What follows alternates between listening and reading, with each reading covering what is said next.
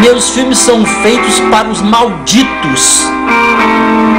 Malditos que lutam contra esse estúpido sistema que insiste em patrocinar os artistas quadrados, que glorificam aqueles que se repetem, que nada ousam.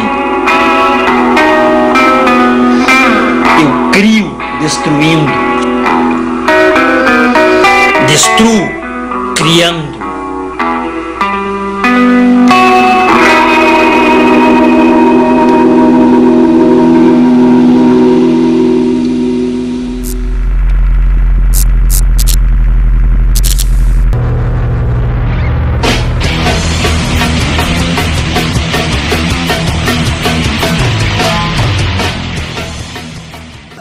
Dentro do universo que um os personagem filmes chato da também. Canibal tentam atingir, cara, qual que é a relevância de aparecer numa rede de televisão brasileira? Nenhuma. Tipo assim, o cara emenda a novela, a minissérie e depois eu não quero um público eu não quero um público de dona de casa e advogado. A minha avó viu o filme. Que a pessoa fica Mas ela é aposentada, um não é dona de personagem casa. bizarro. O Mojica foi se transformando. E pensando bem, pra que caralho eu vou querer que o meu filme, Vagabundo, vai passar num festival cheio de cineastinhas que se auto-intitulam os novos, geniais, gênios, novos, geniosos? A minha primeira lembrança com o filme, tendo visto em cinema, foi o Último Cão de Guerra, do Tony Vieira, que é um produtor da Boca do Lixo. E eu já tinha, claro, visto filmes na televisão antes, mas esse filme com muita violência, muitas cenas de efeitos especiais com sangue, pessoas sendo desmembradas e tal, isso me marcou muito. Mas não me marcou por um aspecto de chocar. Eu nunca tive problema com chocar. Eu vi esse filme, tinha 8 anos, se eu não me engano. Mas eu nunca tive esse problema de choque com o filme. Eu sempre me interessei muito pelo efeito especial. E mesmo criança eu tinha noção de que um filme se vale de coisas falsas para passar a ideia de realidade, né? Santa Catarina, na verdade, Santa Catarina é um dos estados que menos tem tradição de cinema. Por muitos e muitos anos não teve cinema nem em Florianópolis, assim, não tem uma produção como tem aqui em Porto Alegre, por exemplo. Uma matéria do jornal de Palmitos. Qual eram as piores coisas? Tinha o puteiro e tinha a canibal. Não, as coisas mais famosas. Era as coisas mais degradantes pra cidade. Degradantes. As putas de rua ficou em primeiro lugar e a gente ganhou o segundo. Canibal Filmes. Perderam. Coitado das putas, mano. Casualmente, 5 ou não 6 mereciam. anos depois, a gente foi homenageado na Câmara dos Vereadores porque levava o nome da cidade. Na verdade, Os outros companheiros de profissão de Santa Catarina, era praticamente todos os caras fazendo aquele modelo assim, padrão RBS, entendeu? Tipo, aquele cinema quadradinho, eu estou aqui fazendo porque o meu sonho talvez é ir fazer novela na Globo. Tecnicamente sou perfeito, eu tenho atores ótimos, mas é isso. Para mim foi uma coisa natural pegar e fazer já pro outro lado. Eu sempre conheci a linha exploitation do cinema e para mim o cinema sempre foi isso, cara. Tu vai fazer um documentário, tu maquia ele todo e fala o que tu quer falar. Puta! Bicha! Puta! Ai, que nojo! Eu comecei como fanzineiro. E eu comecei ali pro finalzinho dos anos 80 a fazer fanzine. Através dos fanzine, eu descobri o movimento punk. E daí descobri as demo tape. Revista chamada Spectrum.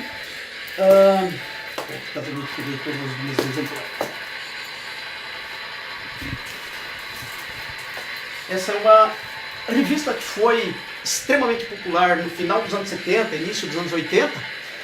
Eu conheci essa revista quando eu tinha 6 anos. 5 anos, 6 anos. Eu conheci porque meu pai e meu primo, que era mais... Meu pai, lógico, era mais velho que eu, mas meu primo, que era mais velho que eu, os dois eram bastante fãs dessa revista e eu descobri através deles.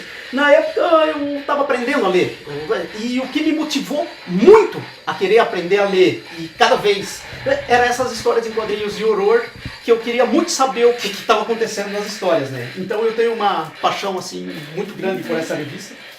E eu acho que o fanzine ele foi muito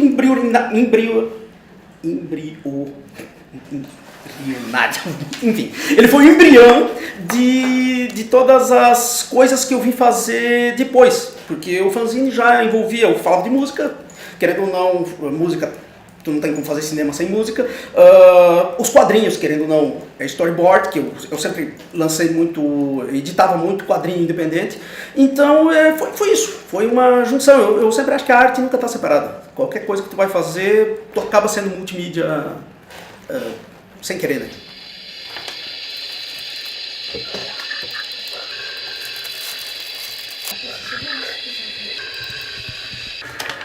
Esse aqui eu tô recortando porque é um filme que terminou já as minhas capas da gráfica, ele esgotou a tiragem. Eu geralmente faço uma tiragem de 1000, então quando esgota quer dizer que ele vendeu 1000 cópias. E tem filmes que eu acho que depois não vale a pena fazer uma tiragem nova de material, principalmente gráfico. Então o que eu faço? Eu fico fazendo ele artesanal mesmo. Eu fico, para não tirar o filme dos catálogos, eu fico preparando ele de um modo artesanal que eu acho bacana. Na verdade, o meu cinema é praticamente artesanal, né? Então é um sistema camelô pirateiro de mim mesmo. Eu trabalho de duas maneiras. Três maneiras, na verdade. Uma, pouquíssimo dinheiro e fazer quase de graça. Tá, essa é uma. A segunda é eu levantar, por exemplo, do meu próprio bolso 15 mil, 20 mil e pego e faço filme. E normal, e tento, já tendo em mente que eu vou gastar 10 mil ou 15 mil, então eu vou construir um filme dentro dessas possibilidades, né? Mas o Peter já se vendeu um tempo. Eu me lembro que a primeira vez que eu ouvi falar do Peter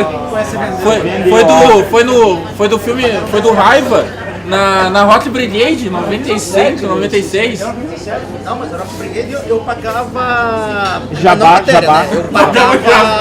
Eu pagava propaganda de página na... Sim, não, mas eu me lembro. Vendia pra caralho na época, não existia internet, na verdade. Não tinha mais propaganda, só tinha tava lá. Mas não sabe o que é atrair esse público metaleiro. Nível nacional, propaganda a nível nacional. Não, eu recusei 2 vezes. Recusou o quê? Mas já é várias, eu não recusei nenhuma, né? Cara, eles convidaram e eu não concordo. Sim. Ele recusou o Patrola. Cara, eu não sou que nem os funcionários da Patrola. Acabou com a carreira dele. Recusou o Patrola. O John Waters é uma das minhas influências diretas. Não só ele, eu tenho um outro cineasta japonês chamado Koji Wakamatsu, que é um cara que faz filme anarquista. O que ele fazia? Ele fazia muito filme independente, que ele mesmo bancava, mas isso é anos 60 para 70. Então a pornografia ainda não estava tão forte. Então ele colocava muitos elementos eróticos, não são pornôs, são filmes eróticos, que ele fazia muita gente ir, a menina tá pelada, vou lá ver. Mas eles acabavam, porque o filme dele é muito forte nas ideias. O John Waters, querendo ou não, fazia muito isso, né? Que ele também usava a escatologia para chamar a atenção, e é bem válido isso, funciona, que é uma beleza. E às vezes as pessoas só vão sair para ver o escândalo. Tipo, faz um filme todo bonitinho. Quantos filmes todos certinhos e bonitinhos que estão por aí, ninguém tem o mínimo interesse em ver? Eu tive no festival.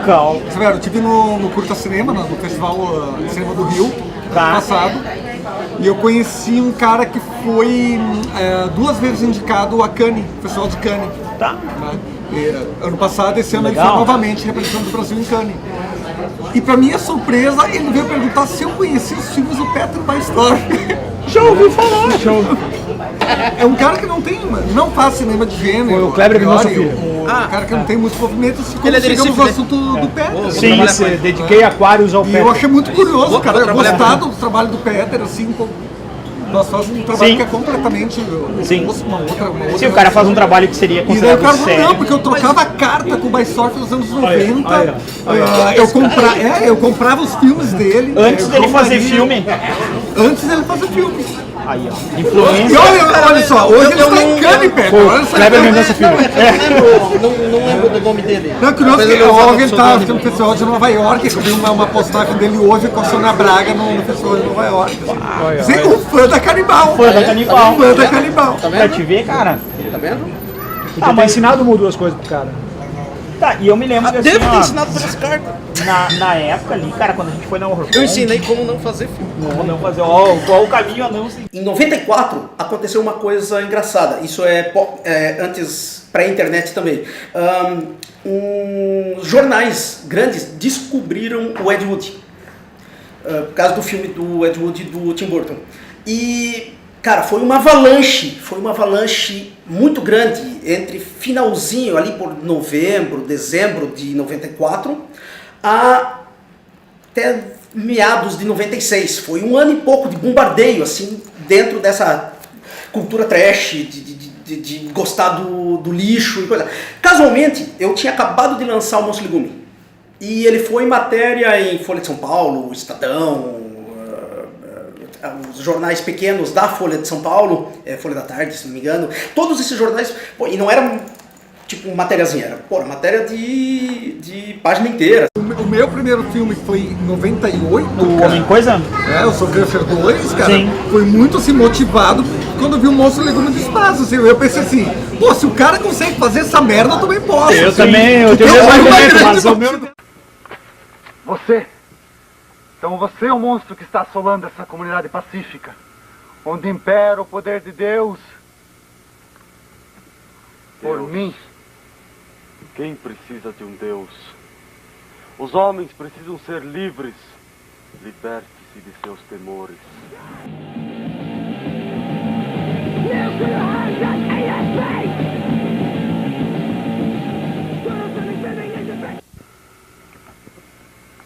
A liberdade! A liberdade! O que aconteceu? Cara, deu um boom, porque na época não tinha de onde conseguir esse tipo de filme. E comecei a vender muito VHS pelo correio.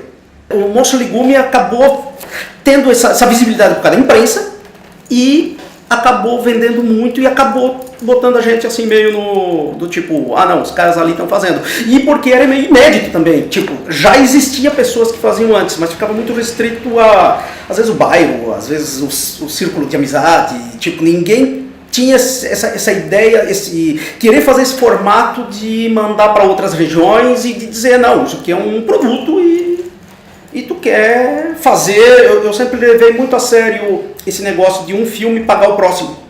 Então por isso que eu penso muito nas vendas. Eu acho que é importante. Eu vendi, na época dessas matérias, eu vendi 1.200 cópias do Monstro Legume. Depois eu parei de contar do Monstro Legume. Mas 1.200 cópias a uma média de R$25 em 95 para 96, cara, eu fiz 4 longas depois, com o dinheiro daquele filme.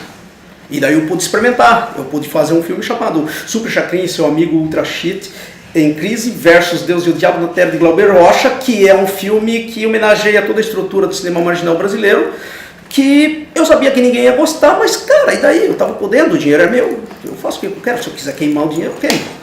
Isso é um problema, só meu. Você lembra do Gelado, Peter? Quando tu trabalhava comigo no Zap? Sim, lembro. Gelado. O Peter, ele participou até no Zombie lá. Ele fez um zumbi, né? Daí o Peter deu um filme pra ele, no dia que a gente não decidiu ver no cinema. E ele levou o filme pra casa. Daí ele visitava a namorada dele e disse, amor, tu gosta de The Walking Dead, eu tenho um filme de zumbi. Era o Zombie 2. Levou o filme.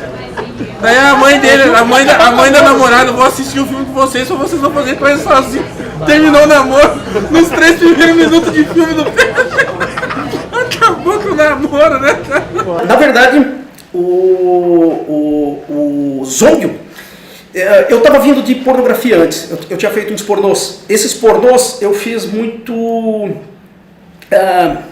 Eu fiz o que não se faz em pornô, que é misturar coisa muito violenta com... muita debochada, Por exemplo, tem uma cena que eu coloquei um senhor vestido de milico, com os caras colocando uma vela na bunda dele e ele dançando assim com ela com fogo. Esse tipo de coisa. Cara, tu não faz isso em pornografia, entendeu? Eu tava fazendo um longa, eu cheguei a filmar acho que 2 dias, chamado Andy. Só que é um filme que ele não deu certo porque a equipe toda estava fora de sintonia, assim. É um filme que não tava... As cenas que tem são horríveis. Nada funcionava, a maquiagem não estava funcionando. Daí eu desisti. Só que como eu já estava com tudo meio que esquemado e eu sempre tive essa ideia de fazer um filme de zumbi, eu deixei passar um mês, se eu não me engano. Eu não lembro assim exatamente quanto tempo foi, mas deixou passar meio que um mês e a gente foi filmar. Esse roteiro do Zombie 1 é um longa, só que é um filme feito com muito pouco dinheiro. E eu abreviei o filme, eu cortei todo um hiato. Tem o casal, na verdade, eles passavam por uma aldeia de pescador. Essa parte toda dava uma meia hora de filme ainda, que se passaria nessa aldeia do pescador com outras situações. Inclusive ia ter mais explicações sobre alienígena que aparece no final e tal. Mas quando eu podei isso, e até foi bom podar porque eu tinha previsto uma cena de sexo explícito ali no meio, que eu queria... Eu sou um cara que não aprende às vezes.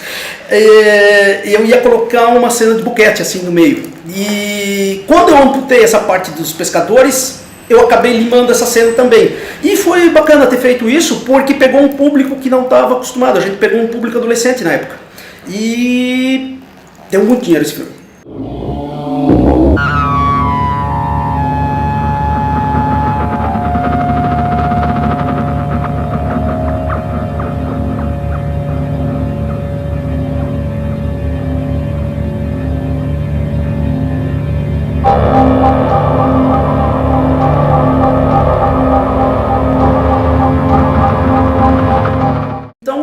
Ele deu certo sem querer, assim, tipo, foi um filme meio que da frustração de tá dando tudo errado, deu pra fazer algo mais bacana, assim, que teve uma sobrevida, e o filme... Ah, porra, Misa, larga essa pistoleira aí, eu já tô de saco cheio disso, tu fica só me ignorando, eu não sou lixo não, tá? Te pode, mas eu quero me divertir. Se liga, mané, ela é minha agora. Eu não sou de ninguém, porra. Se tu continuar assim eu vou te encher de porrada, tá? Eu vou te encher de porrada se continuar assim, patético.